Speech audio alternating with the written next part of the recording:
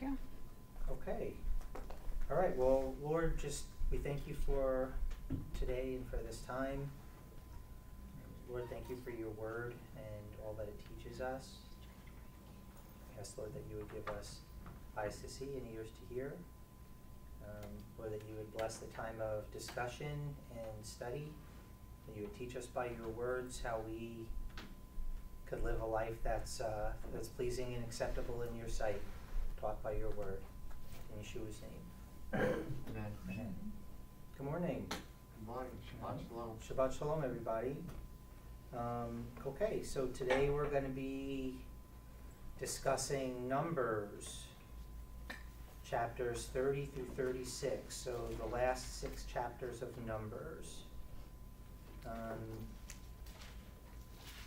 Some of you will be familiar with the readings, some not so much, some not at all, but I'm going to do my best to try and make this interesting for everybody. So we're going to start off with Numbers chapter 30. My TLV does a cool job, like probably most Bibles do, where it gives you a little bit of a caption above the chapter or at the beginning of the chapter that tells you what it's talking about. So this first chapter, chapter 30, is keeping or nullifying vows. And there is some of it that I do want to have read. And so Sarah Dyer, I'm going to pick you. Would you read 1 through 5? Okay.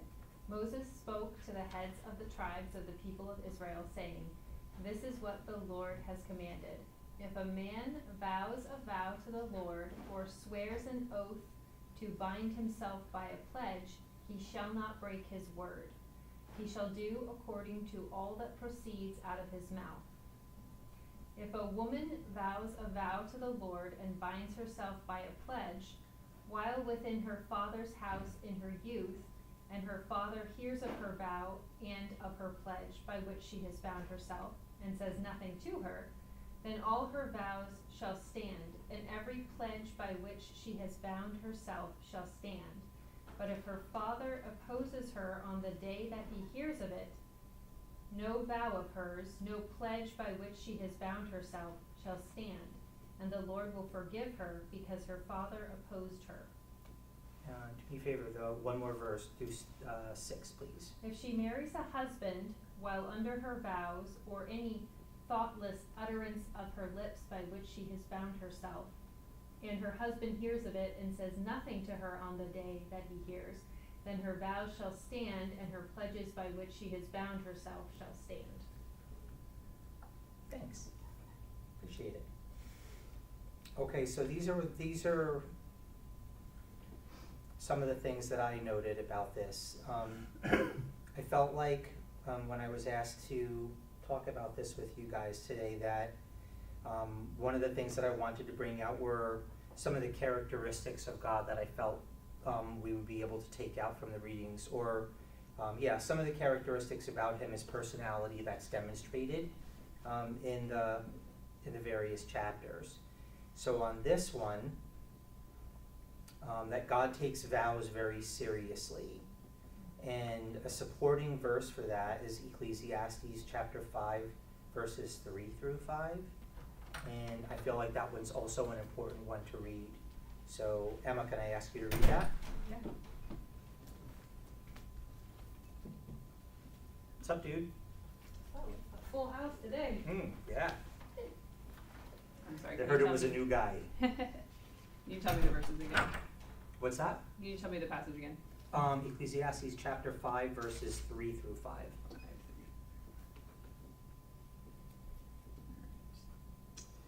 When you swear a vow to God, don't delay in fulfilling it, for he takes no delight in fools. Pay what you vow. It is better for you not to vow than to vow and not pay. Don't let your mouth lead your flesh to sin, and don't say before the messenger, "It was a mistake." Why should God be angry at your voice and destroy the work of your hands? Hey, morning, guys.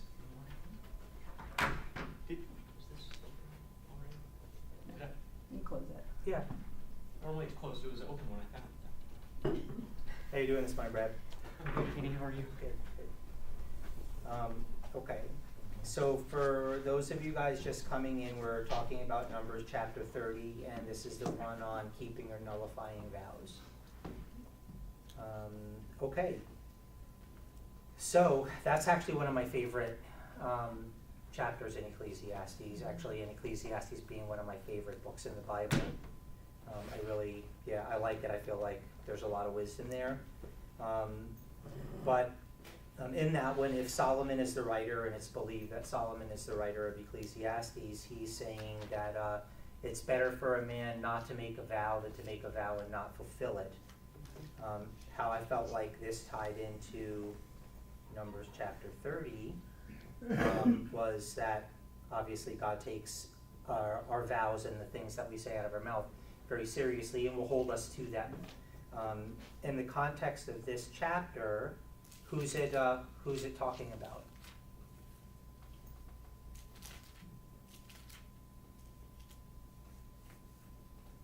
What do you think there, Sarah Dyer?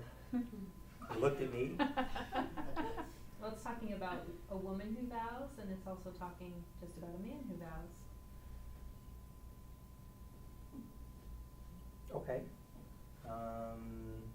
Does everybody agree with that? Yes, I agree with what Sarah said, but it also brings out the severity of making and breaking of vows. Yes. Yeah, it does. Okay, well, I wrote some questions, and the way that I generally teach is I'll say a question and I'll put it out there, and if I don't feel like I'm getting an answer, or everybody seems to be a little bit on the timid side, I'll pick you. So feel free to say something or join in the conversation, even if you feel like what you're gonna say might be off or you're not really sure, or I'll ask you to talk anyway. So that's just my style of teaching. So my first question was, why can a father or a husband nullify his daughter or his wife's vows? What do you think, Mr. Nissim? Say the last part of the question. So from the reading, the first 6 verses, it's saying that if a young woman living in her father's house makes a vow, and her father hears and he doesn't agree with the vow, he can nullify it. He can say this vow doesn't count, and God will release her of the vow because her father said no. Why do you think that is? I think that's to create the discipline route or authority of the father of the house. Okay. She's in his house. Okay. So is this you're in my house, what I say goes kind of thing? Yeah, at that time. Yeah, I kind of also felt like, so a daughter or a wife that's, obviously that's not a widow, she's still married, or a daughter of a husband and wife, that the father is the covering over the house. Mm-hmm. And that ultimately the father, the husband of the household, bears the responsibility for what goes on in his house. And because he bears that responsibility, it gives him veto powers over what's said and what's done in that house.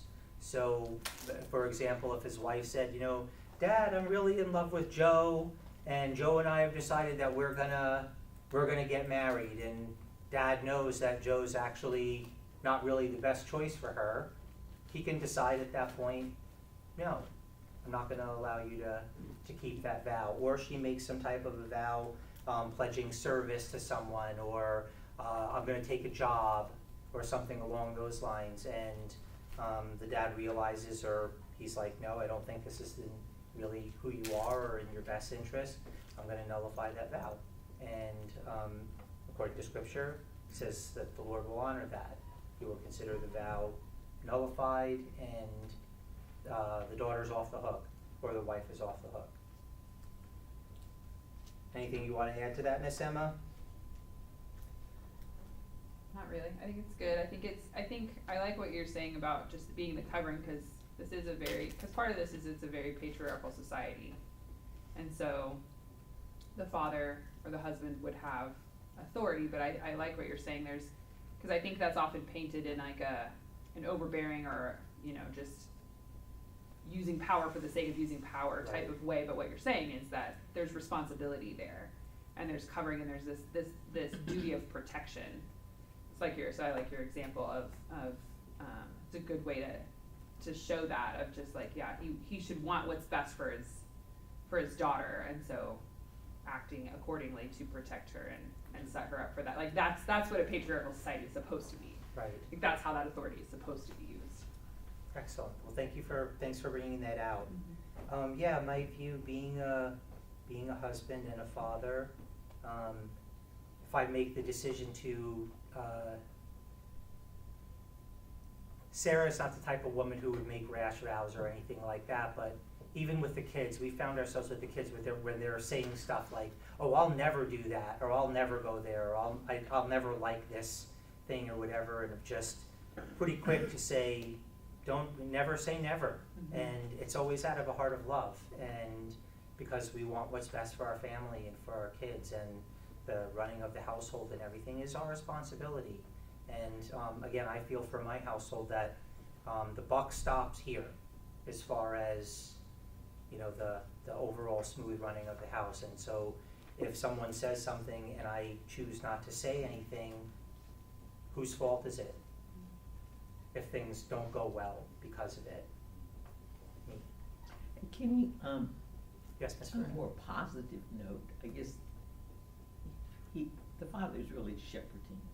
Mhm.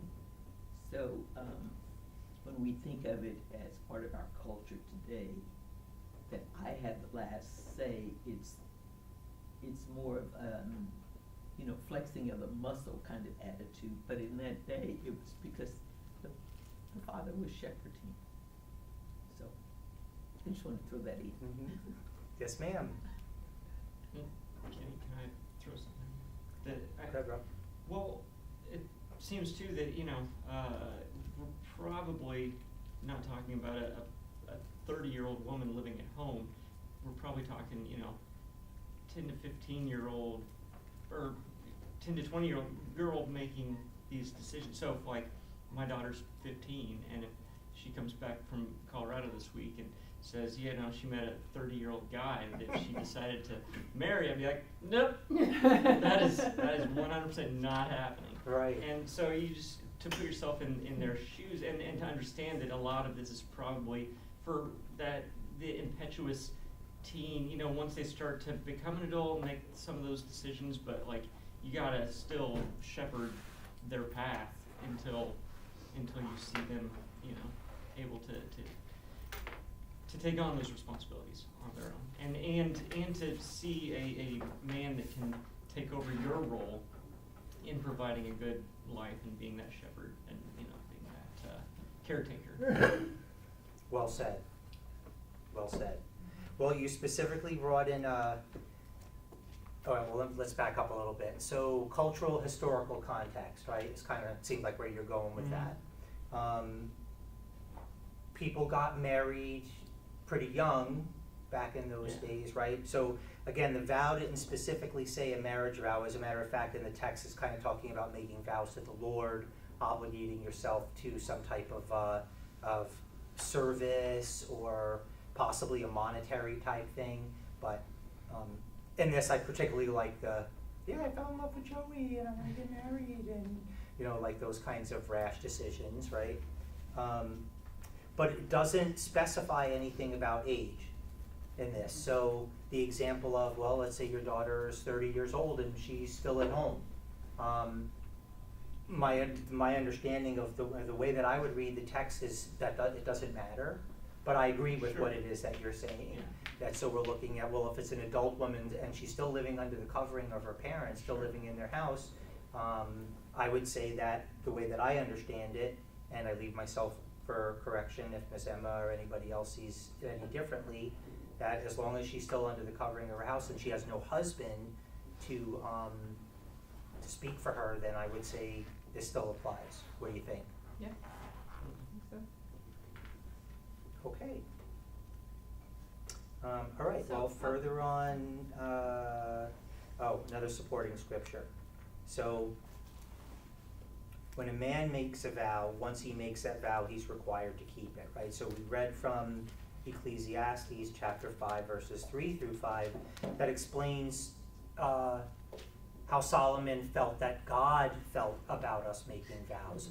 It was a little bit more of seeing sort of the an emotional side of the Lord, that he takes no delight in the foolish utterances in us, right? So, but another supporting scripture could be Deuteronomy 23. So, Mrs. Bruce, would you feel like reading that for me? So Deuteronomy chapter 23, verses 20 through 24.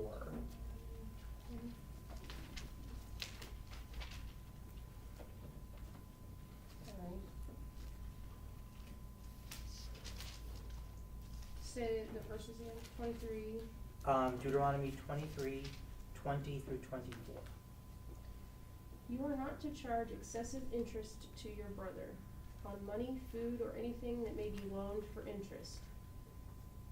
To a foreigner you may charge interest, but to your brother you are not to charge interest, so that Adonai your God may bless you in every undertaking of your hand on the land you are going to possess. Did I write down the wrong?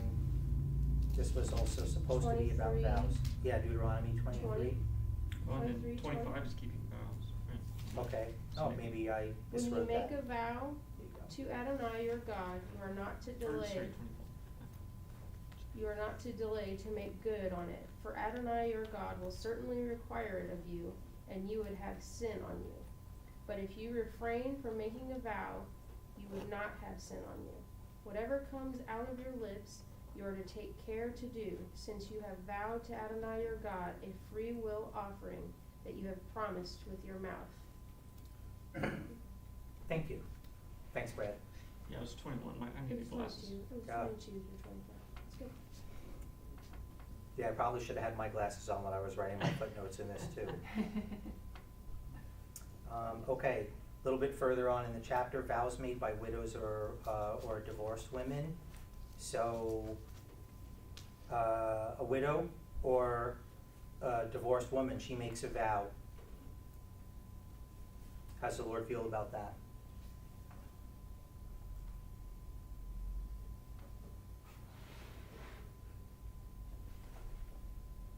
Every vow is binding. Right? Every vow a widow or divorced woman puts herself under is binding on her. So she is really at that point, the Lord is her covering, but she's responsible for what promises or vows that she makes. Whatever comes out of her mouth, the Lord expects her to do it. Okay. The husband lets a vow stand for a while and then later tries to nullify the vow. What's the result there? He will bear the guilt. You will bear the guilt. So can you expand on that a little bit? Yeah, it's obviously, it's not okay. You still have to do what you said. You can't back out on this. This is, if you let it stand and then you thought, oh, wait, later, you can't like reprocess it at that point in time. It's like, you're in it, you finish it. Okay, so, yeah. Kind of like buying a car. Once you drove it off the lot, it's Drove it yours. off the lot, made a couple payments, you can't take it back and go, hey, never mind, you know, give me my money back, or I don't wanna pay for this anymore, you know, the repo man comes and takes it back. But Right. it's kind of the same thing. I mean, once you've made that investment, once you've made that pledge, especially unto the Lord, and you start to do it, to retract from that is basically backsliding. Excellent. I like it. I like the car dealership analogy. I like this. Does everybody agree, disagree? How are we feeling about what she said? No, Yes. I agree with what she said, although, just to back it up a little bit, there are some vows that can be nullified, like if a husband cheats on a wife cheats on a husband, and they wanna separate, and they did have an affair or whatever outside of their marriage, that would nullify any vows that were Right, talking about for, marital vows anyway. right, divorce and breaking covenant, in that way. Yes, not particularly what this chapter is dealing with, but you're absolutely right. I'm sorry. Yeah, no, you're fine, it's a good point to bring into it, this, broad spectrum of things. Nassim? Those things that Russell mentioned, anyone who is doing those things will be stoned to death. Could be. So we're talking about, there's no such thing that she had an affair, he had an affair. Then both will be stoned if they commit something like that. Well, thank God we don't do that today, but. Yeah. Yeah, there wouldn't be enough rocks laying around to take care of that. However, and unfortunately in society today, however, what Nassim just brought up, does the camera catch all of this? Like, do you feel it does a good job It of should, catching yeah. the comments? I'm throwing this one in for you guys for free, okay? No charge for this one. This is a point that I feel is very important and is very dear to my heart. The apparent harshness of the way that sometimes the text can be interpreted in regards to punishments for things that the Lord hands out or commands the people to hand out. For some reason, we like to go, we look at what would be considered the maximum penalty for something that's being done wrong and go right there with it. Okay, so in the case of adultery, infidelity, okay, the maximum penalty for that crime in ancient Israel, and as it's written in the book, is stoning, is death. But that is the maximum penalty, not the only prescribed penalty. Okay, it can be all the way from, okay, well, we're just giving you guys divorce papers and you're done, or you're being kicked out of the community, or a fairly broad spectrum of penalties can be applied for whatever the given offense is. So even though something might be considered a capital offense, that doesn't mean that that's always the penalty that's handed out. Okay, so for you guys, I'm sure you guys understand that, but for people listening out there, especially people that this is maybe new to or don't really know, they start reading the text and they're like, oh, a woman caught in adultery, she'll be stoned, a man caught in adultery should be stoned, so on and so forth. There has to be a trial, there has to be evidence, there has to be witnesses, and this whole thing is actually done in a very fair, just, and caring manner. Okay, so that, again, this is something that's very important to me that people understand. We look at the Old Testament and there's this, people seem to see this divide between what God was like when he gave us the Torah, or what Yeshua was like, because it was Yeshua, Jesus, who actually did hand down the Torah, okay? What he was like then and what he's like now. Law, grace, nice God, mean God, so on and so forth. Same God, same laws, same everything, okay? That's, and if anybody has an issue with that, feel free to reach out. And I'd be glad to explain a little bit more. Hi. Oh. Okay. Attributes that I felt were demonstrated in this reading were God says what he means and means what he says. And he expects us to say what we mean and mean what we say. Very simple. I believe mercy is actually one of the greatest attributes being demonstrated here. That it's a mercy for the father to be able to, the father or husband to be able to nullify a vow, as long as he does it within a reasonable time. He hears it, he can nullify it right then and there, not drove the car off the lot and then decide later. Whoops. Thanks, Eddie.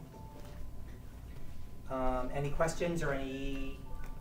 Is it Brad? fair to say that two women at this time probably weren't getting the education men like the same sort of upbringing and education, and so could be, and I don't know this, I'm asking, could be susceptible to coercion, to be, hey, you want this brand new, Tesla here, you look really nice, and then, okay, great, and then, because she hasn't had that same upbringing, the dad's like, whoa, whoa, whoa, or the husband is like, no, let's take that back to the car lot.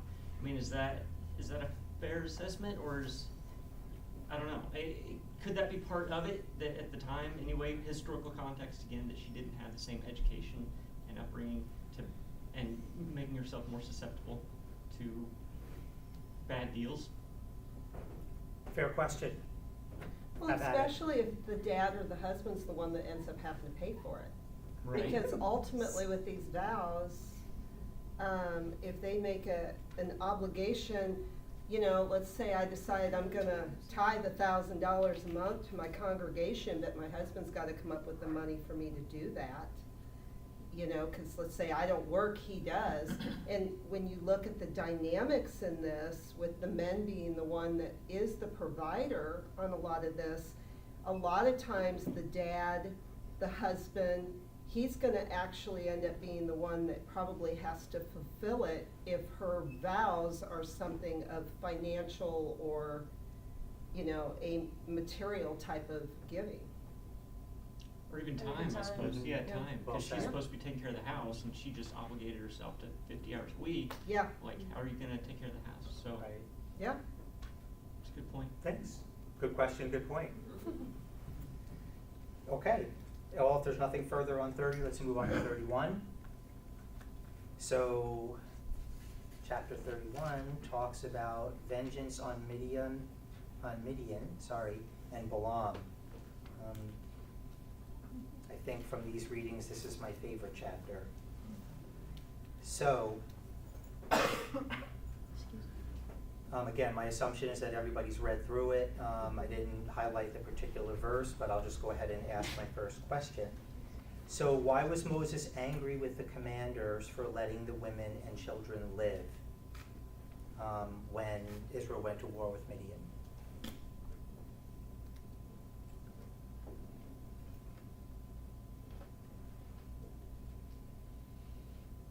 The women were who they had sinned with. That was the original issue, was the men having sex with these women, the Midianite women. That was the Midianite woman who was pierced through with the sword along with that. So here, like Moses points out, this is who you were sinning with, and this is who you brought back to the camp, speaking of the women. Right. So can somebody give us, perfect, can somebody give us a little bit of context there? Or, let's see, where does he review this in the chapter?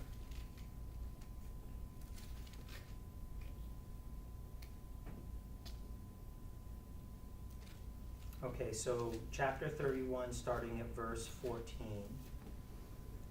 Can somebody read for me 14 through 17? And this can be a bit harsh. But Moses was angry with the officers of the army, the commanders of thousands, the commanders of hundreds, those returning from the campaign of the war. Moses said to them, "You let all the women live? Why? They are the ones, because of Balaam's advice, who caused Bnei Yeshua to become unfaithful to Adonai in the matter of fuel, so that the plague was on the community of Adonai." How far am I supposed to go? Through 17, sorry.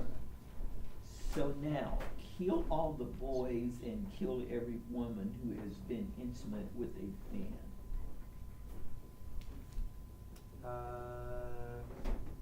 Go through 18. But save for yourselves every girl who has not been intimate with a man. Okay. Anybody know anything about Midian? Anybody can tell me anything about who the Midianites were? What kind of people they were? Historically? No? Okay. Midianites, their religious practices included bestiality, child sacrifice, sex cult type practices. Go ahead, Ms. Werner. I just mentioned idols, Mm-hmm. and particularly, I know the Lord was offended because of the level of sacrifices of killing their children that went on. But I always thought it was interesting that Moses' father-in-law was a Midianite. Yes. It's like, Yeah. So, yeah, I mean, I don't know, that speaks a lot, obviously, spectrum of people or whatever. But generally, if you don't understand any of the context, or you don't know who the people that are involved here, some of this can seem especially harsh. So yeah, just that tiny little bit of background on as a rule, or generally who the Midianite people were and the types of things that they did. These were not just desert people, farmer, rancher, whatever kind of people. Their religious and their religious practices and occult practices were on the scale absolutely horrible, horrendous. The practices and the things that they did. So these were not nice people. I'll leave it there. So why are we feeling that Moses was angry with the commanders for letting the women and the children live? So they go to war, right? It's a fair fight. They kill the men. Commanders decide to keep some of the kids and the women. So this is Moses is angry. You touched on it. Any other thoughts?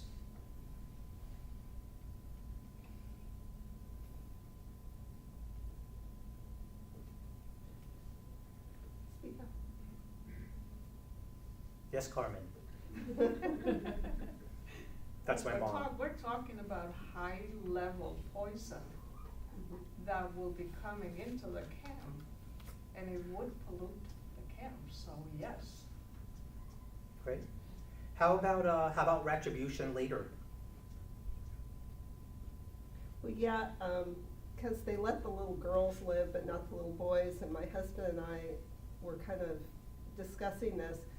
It's, of course, the context of this, I don't know how many people have seen the movie The Godfather, but, when she brings her son the first time, and she's like, he's just a little boy, like this, guy is killing off, he's just a little boy, and he says, yes, but he'll grow up into a man, and he'll take vengeance for the death of the father. There's this vengeance issue where the boys will grow up and take vengeance against the people who killed their fathers.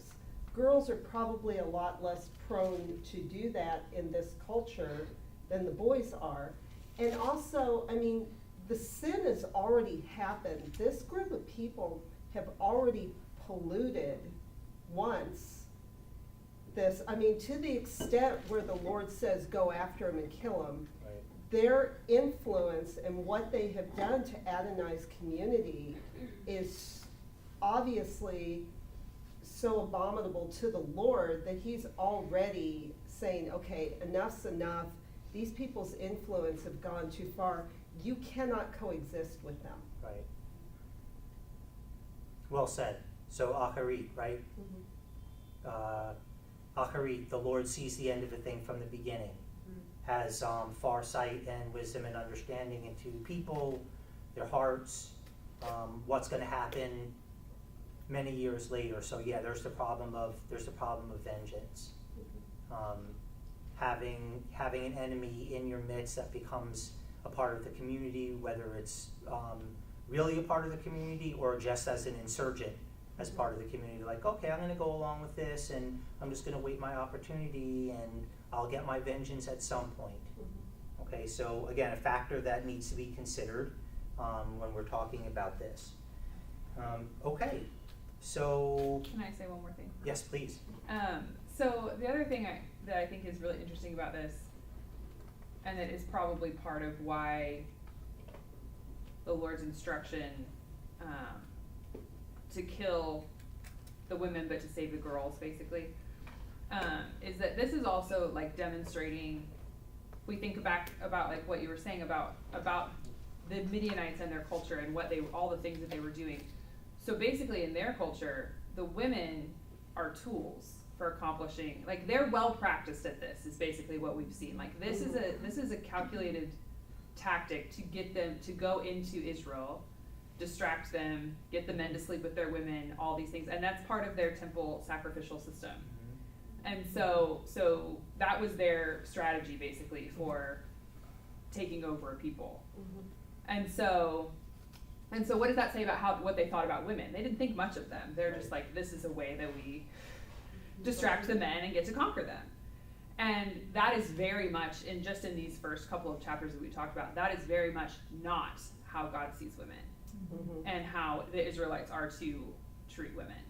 And I think that's even partially why, the girls who haven't been intimate with a man are allowed to be kept, because they would have been taken into homes and raised as children and be valued, and and so I think that's, again, you were talking about mercy, that's the mercy of the Lord.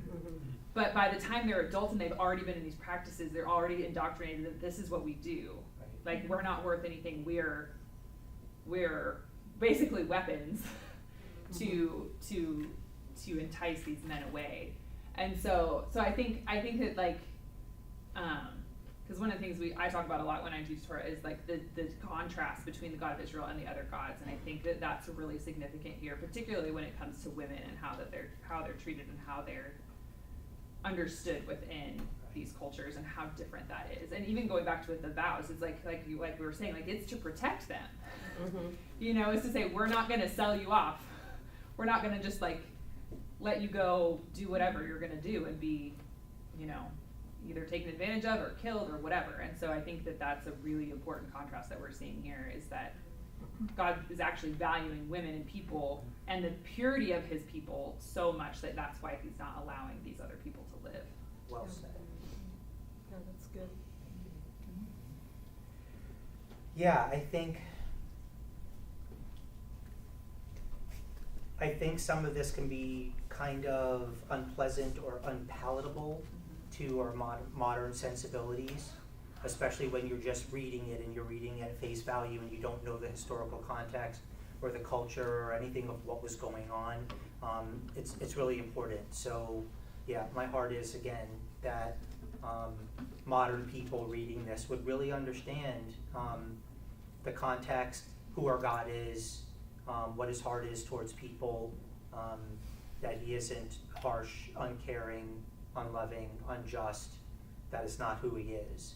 But again, if you just read these things and you don't understand, or you haven't taken the time to really delve into what was going on here, it could lead you to believe that. And I'm not okay with my God's image being maligned because of ignorance, especially. So, okay. Any other comments on that? Well, Yes. it's not on that in particular, but it's just amazing how big human trafficking is today with women and children. It's just disgusting, I'm sure the Lord is really unpleased with all of that. Yeah, there'll be a recompense for people who do that. Okay. Question. By letting the virgin women live, virgin young girls live, was Moses endorsing slavery or outside marriage? And my reference to that will be Deuteronomy 21, verses 10 through 14. But Emma graciously offered a bunch of insight into that already. But so let's go to scripture for a little bit of backup there. Hopefully I wrote down the right one. So Deuteronomy 21, verses 10 through 14. Who feels like reading? Do it. Great, thank you.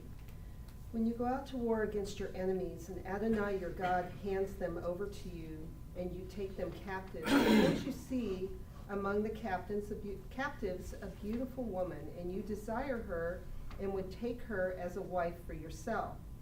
Then you are to bring her into your house, and she must shave her head and trim her nails, and remove her captive's clothing, then sit in your house and weep for her father and mother for a full month.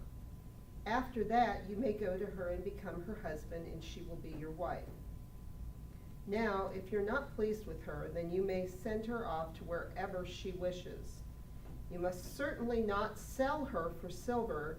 You may not treat her as merchandise, since you have humiliated her.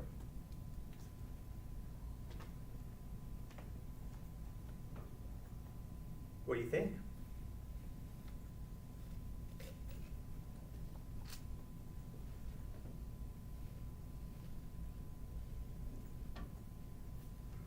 It's God's justice.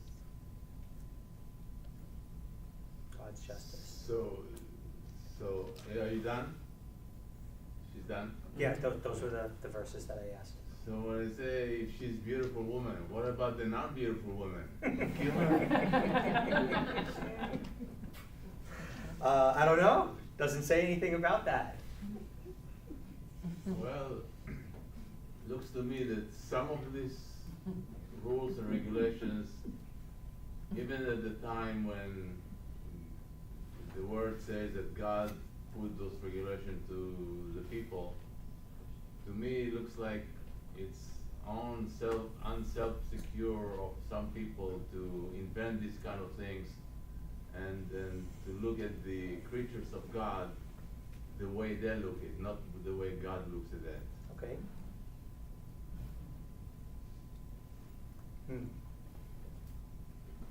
Well, I think this text, what I just read out of Deuteronomy and what we just read in Numbers is two totally different things. And the fact that this was if you go out to war, you kill the husband and okay, the wife looks beautiful and I want her to be my wife. Here, God is taking an entire or nation or whatever, the Midianites, and looking at all of the girls, and bringing them into community and raising them. It doesn't say only the pretty girls. He's taking care of all the children here, all these girls. So I think there's a double context. This was talking about an older woman that a man might find attractive and want to make her his wife after a battle, versus taking care of little girls. And they all probably were brought into the community, taken into households, again, not to be treated as merchandise, not to be treated as slaves. They're to be brought into the community as part of the community and Right. raised like you would an adoptive child. You know, you don't adopt children so they can become your personal slaves. Right. You adopt children to bring them into the family and raise them up as part of your community. And so that, I think, is what, there's a difference between those two scriptures there. This is, but even with the scripture I just read, it's still like, okay, and you get her here. Now she's older, so she's probably gonna have more personality, more, I've been married to somebody, you know.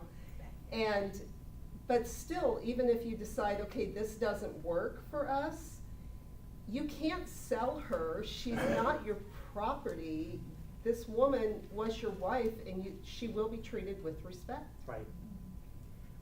Yes. What about the young boys? The young boys They're in no role, they're gonna be killed because they're afraid of their revenge when they grow up? in this, yeah, the Midianites obviously had, I mean, the Lord knows a person's heart. He's not gonna tell the Israelites to do this if he doesn't already know what's in these kids' hearts and what they're gonna grow up to do. So we're making some assumption, some, the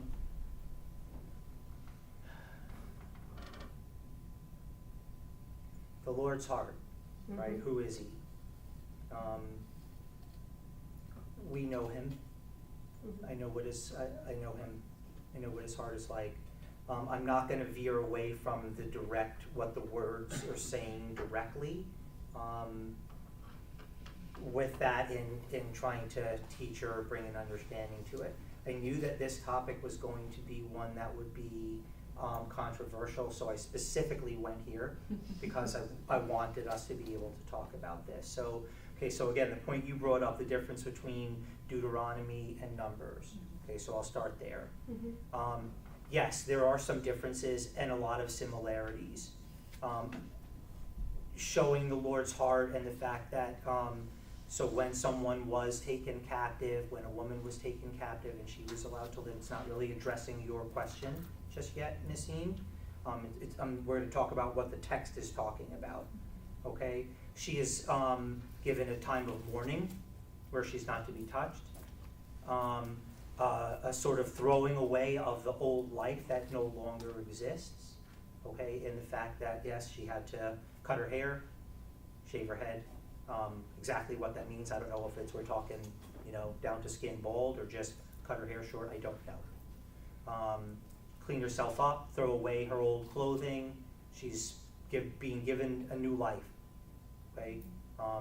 To me, as someone who is basically just come through a war and her culture and community have been wiped out, destroyed, driven out, whatever the circumstances might be. Compared to what I've seen in war, and I've been to war, and what modern wars look like, I'd say that's pretty darn just and a pretty merciful way to handle it.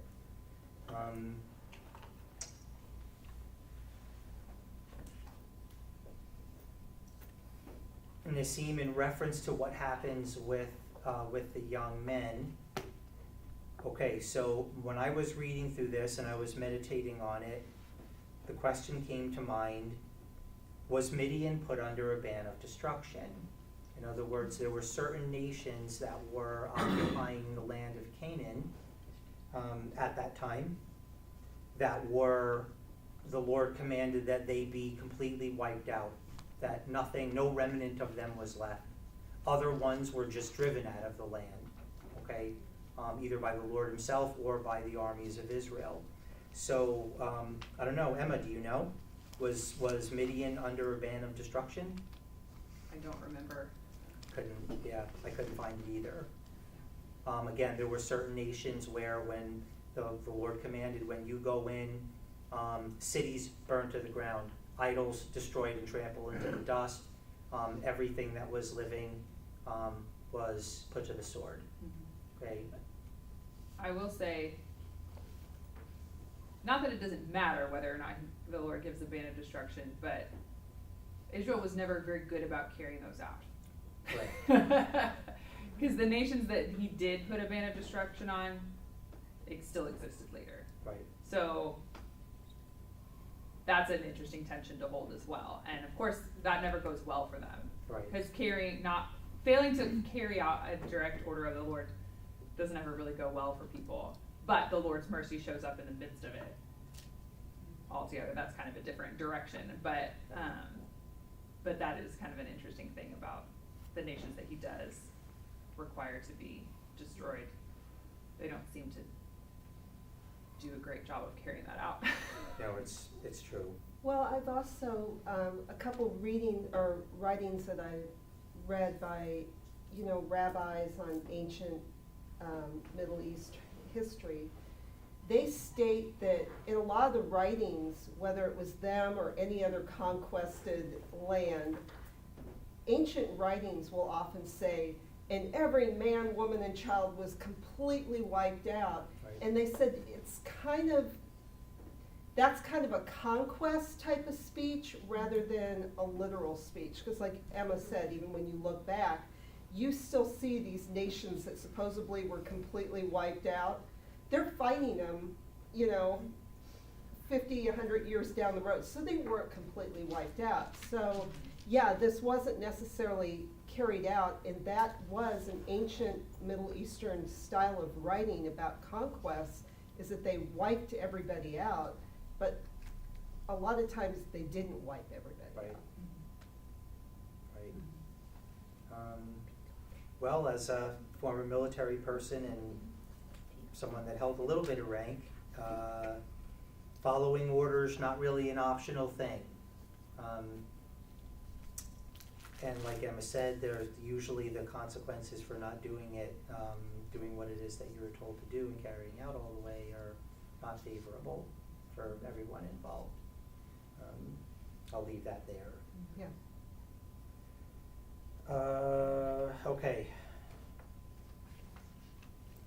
Yeah, I think that this is definitely a topic that there's a lot of supporting text that we could go to find different nuances and explain what the definition of slavery was then versus what it is now versus how we see it now, military conquest, all of that.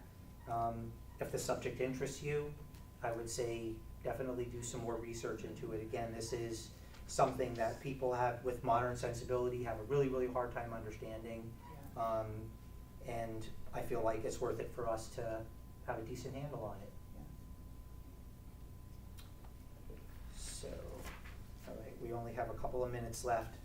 So, in that chapter, gosh, there's so much I wanted to touch on in here. Okay, spoils of war. Real quick, can somebody tell me what, when it says that the spoils that were taken needed to be passed through the fire, and or water, what are we talking about here? Purifying. Purifying. Okay, thanks, Brian. So metals, gold, silver, bronze, all the stuff that was taken, right? These people that were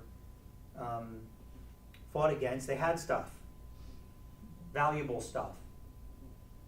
What was to happen to it? So pass through the fire, the metals, gold, silver, all that kind of stuff. Probably idols, trinkets, things that had their gods' names or images or things like that printed on them, things that were used for occult practices, their religious practices. All of it had to be melted down before it could be used for anything. Melted down and then washed. As far as the stuff that couldn't be, like maybe spears, wooden objects, clothing, things like that, stuff that had nothing that was wrong with it, had to be washed before it could be used for anything. So again, the idea of not mixture, purity, cleanliness, coming into the camp before any of this stuff could be used for anything, important for us to note. Attributes of God that I noticed that stood out most to me in this chapter was vengeance. God has vengeance. God does vengeance. Okay, Numbers 32.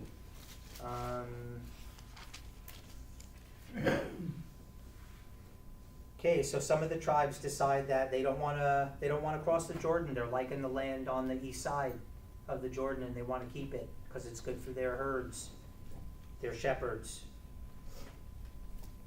What's up with this?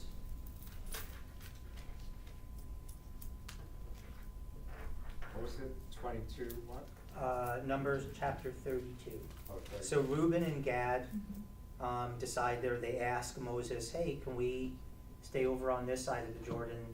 This land over here is perfect for how we make our living. Is that okay? Well, obviously Moses freaked out because he thought we were going to have a replay of when the spies went into the land and the people didn't want to take their inherited land. I also find it fascinating that Reuben is one of the tribes because we're talking Reuben being firstborn, and that's like a firstborn not wanting his inheritance or not wanting the fullness of his inheritance, kind of giving that up. So we had a couple little dynamics on that going on because, you know, right before killing the Midianites, the Lord tells Moses, like, we're going to do this with the Midianites, and then you're going to be gathered to your kin. So we've come to the very end. Moses is trying to wrap this up. He's trying to get them where they're supposed to be, and now you've got two tribes that are going, yeah, I don't want to go into the promised land. Mm-hmm. And he's like, we're going to repeat this. You guys are going to repeat this whole back in the wilderness scenario if you don't do what the Lord told you to do. So I could on a personal note, like if I put myself into Moses' place, I'm sitting there thinking, he had to be thinking, not again, this can't be happening. And, you know, now, of course, they negotiate terms to make this okay, but I think, you know, the knee-jerk reaction is, here we go again, we've got people not wanting to go in and possess what the inheritance that the Lord has for them. Right. So for the people on the internet, what's the conclusion of this? You hinted at it. Mm-hmm. They figure out a way to resolve this. What's the resolution? Yeah. Go ahead, Edna. They have to fight. They still have to go fight. Right. They'll set up for their flocks and their women and children to be protected and to stay, but they have to go into the land with the rest of Israel to conquer the land. And once that's completed, then they can go back and have the land where they already are as inheritance. So they're perfect. Fighting men have to go. Mm-hmm. All right, finish the job. I think what really interests me about all of this is, I have a brother. I have 2 brothers. Had 3 brothers. We're blood, right? We take care of each other, or we try to take care of each other, or care about each other, look after each other. They're brothers. The tribes of Israel, they're 12 brothers, okay? The desire to see your family prosper, to see your family come into its inheritance, for your family to get all the good things that you would want for your family, means that, you know, sometimes sacrifices need to be made for each other, right? So I see the heart in this, and why Moses would be upset. Like, you're right, here we go again, back into the wilderness. Thankfully, it didn't end up that way. But again, to me, I see the heart of a brother, or brothers towards brothers. Like, yeah, of course, we're going to go, and we're going to go with our brothers and fight. We're not just going to abandon, you know, the rest of our family to go. Reuben and Gad, fairly decent-sized tribes. It's a lot of men that would have not been there to fight. So, turns out good. Numbers 30. Well, any questions? Further comments on that one? Well, I have one more comment. Go for it. I think this chapter is fascinating. Uh-huh. Because it is interesting that it's Reuben. And Reuben has already been stripped of some of his firstborn status. So some aspect of this is he's kind of self-protecting. He's like, all right. Because we've had previously that when they go in the land, they're going to cast lots to see which tribe settles where. Mm-hmm. And they are going to be distributed land based on the size of their tribes. So basically, Reuben is playing the odds that where he is better than what he's going to get, which that's a risky, Yeah. that's a risky move. Which, I mean, yes, he did the right thing in saying we're still gonna fight with Israel and we're gonna help you take the land. But he's in essence saying what I see is better than what I don't see, Yeah. and that's a really intense thing. Because he's basically saying what I have now, I'm going to bet is better than what my inheritance would be on the other side of the Jordan. While at the same time, that's why there's so much tension in this chapter. While at the same time saying, I have to help my family, my brothers, the rest of the tribes take their inheritance. Mm-hmm. That's a really interesting tension.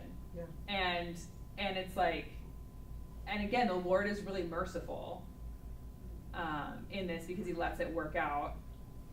But that's a really interesting situation for Reuben to put himself in, and I think it says, like, I think there's something for each of us to meditate on of like, do you just say, no, Lord, I want to stay here in what I know, or do I want to continue to pursue what you've promised even though I can't see it and I don't have a guarantee that it's going to be better?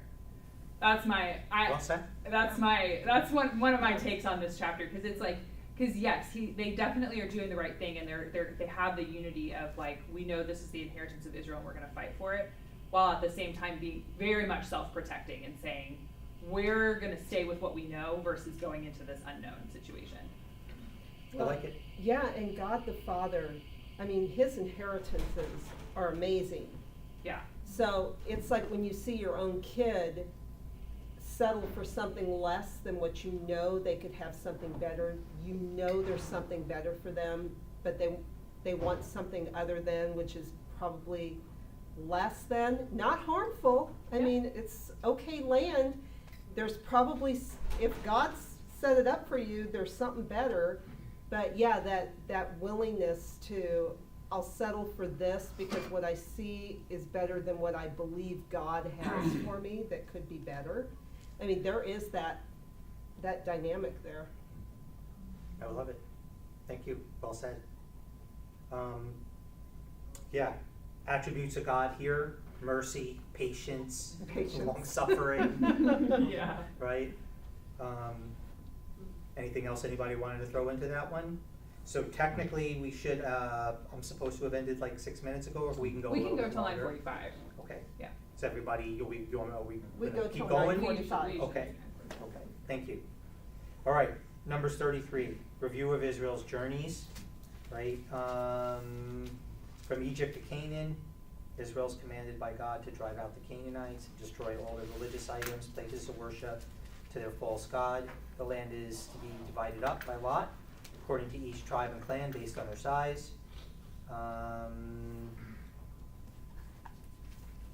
Yeah, read through this one, had a hard time. So who's got some nugget out of this? Is this gonna be one of your favorites there too, Emma? Not necessarily. Well, other than just the very end of 33, kind of summarizes what we've been talking about this whole situation about conquest and following through on who the Lord says to destroy and what he says not to allow. Because in verse 55, but if you do not drive out the inhabitants of the land from before you, whoever you allow to remain will become to you barbs in your eyes and thorns in your side. They will give you trouble in the land in which you will be living. Then what I had intended to do to them, I will do to you. So, consequences, right? Mhm. Yeah, yeah, That's exactly what they were. They thorns in their side Yeah. in that whole history. to this day. Yeah. Yeah. Yeah. Okay. So again, in the interest of finishing up, attributes that I noticed here were justice and generosity. Mhm. Really. The Lord was really generous in the land that they were given, what each tribe got, so on and so forth. Okay.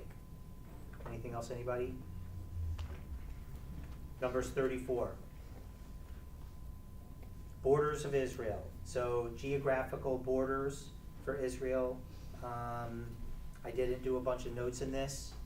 There's maps, timelines, guides, all kinds of things out there. Lots of Bibles that you buy nowadays even have in the back maps that'll show you what Israel was supposed to be, what they actually occupied, what it looks like today, so on and so forth. So if particular interest to anyone, again, there's plenty of resources out there.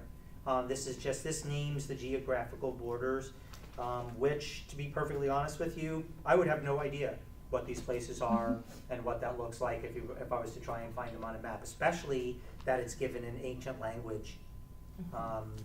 Some of these places, no idea.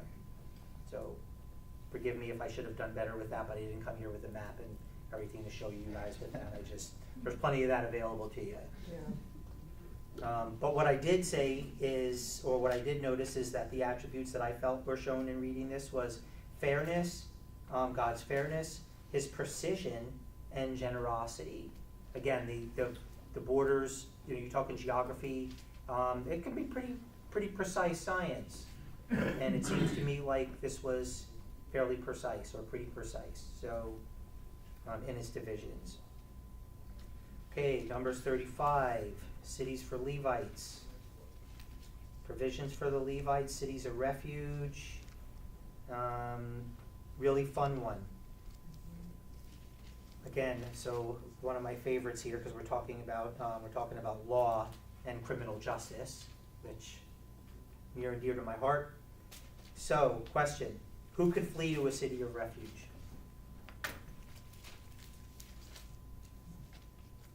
somebody who accidentally killed somebody.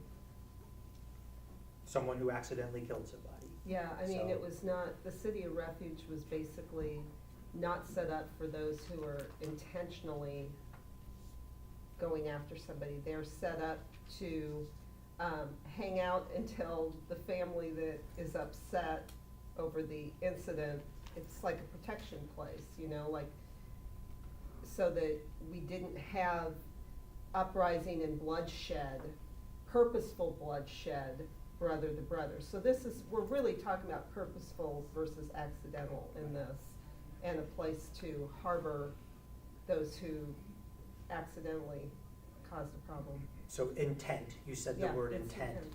That's, to me, that's the key word as a retired police officer, dealing with what people's intentions were, was really, really important, but really it plays out much more in court, which is kind of what this is all talking about here. More like the ancient criminal justice system that was set up at the time. Cities of refuge, there were 6, 3 on each side of the Jordan, okay? They were Levite cities. So there was a fair amount of places spread out where someone who, again, committed manslaughter, which is accidental killing of somebody, again, without intent to kill, could go to. And they would, they could go there while a trial was while an inquiry was being done, or they could just stay there, and there they would be safe. The blood avenger, or the person in the family, the victim's relatives, wife, brothers, family, or whatever, weren't allowed to go into the city, drag the person out, and deal justice to them. Okay, so here was a part that I felt was particularly interesting. So, striking someone with any hard object, you were considered a murderer. Okay, so let's see, where is it right in the text?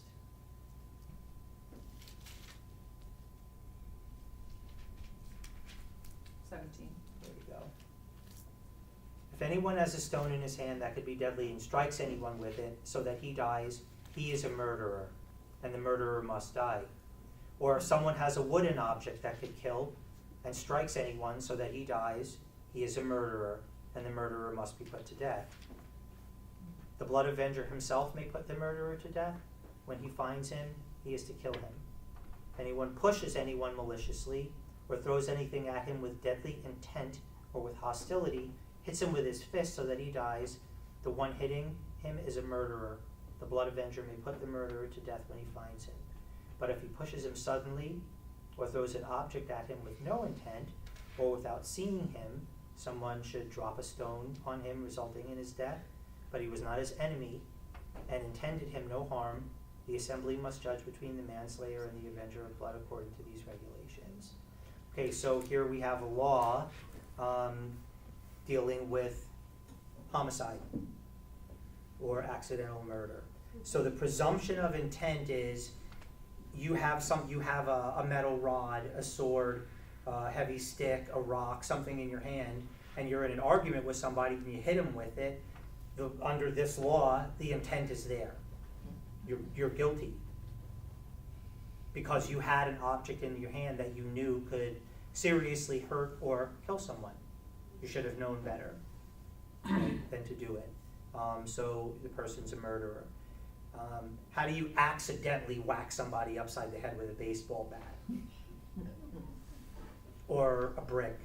I didn't mean to kill him. I didn't mean to hurt him. Okay, I just meant to hurt him real bad, or knock all of his teeth out, or maybe take an eye out, or yeah. I didn't mean to. Yeah, the law here says that somebody does something like that, the intent is already written into it, and you're guilty. Standard today is a little bit different than it was back then. I won't go into modern criminal justice, but yeah, it's not the same standard. It's actually way more lax now. than it was then. I would think that they would mention about someone who sent someone with the baseball bat to kill someone. The hitman? The hitman? Yeah. Uh, So both of them gonna be punished? I would believe so.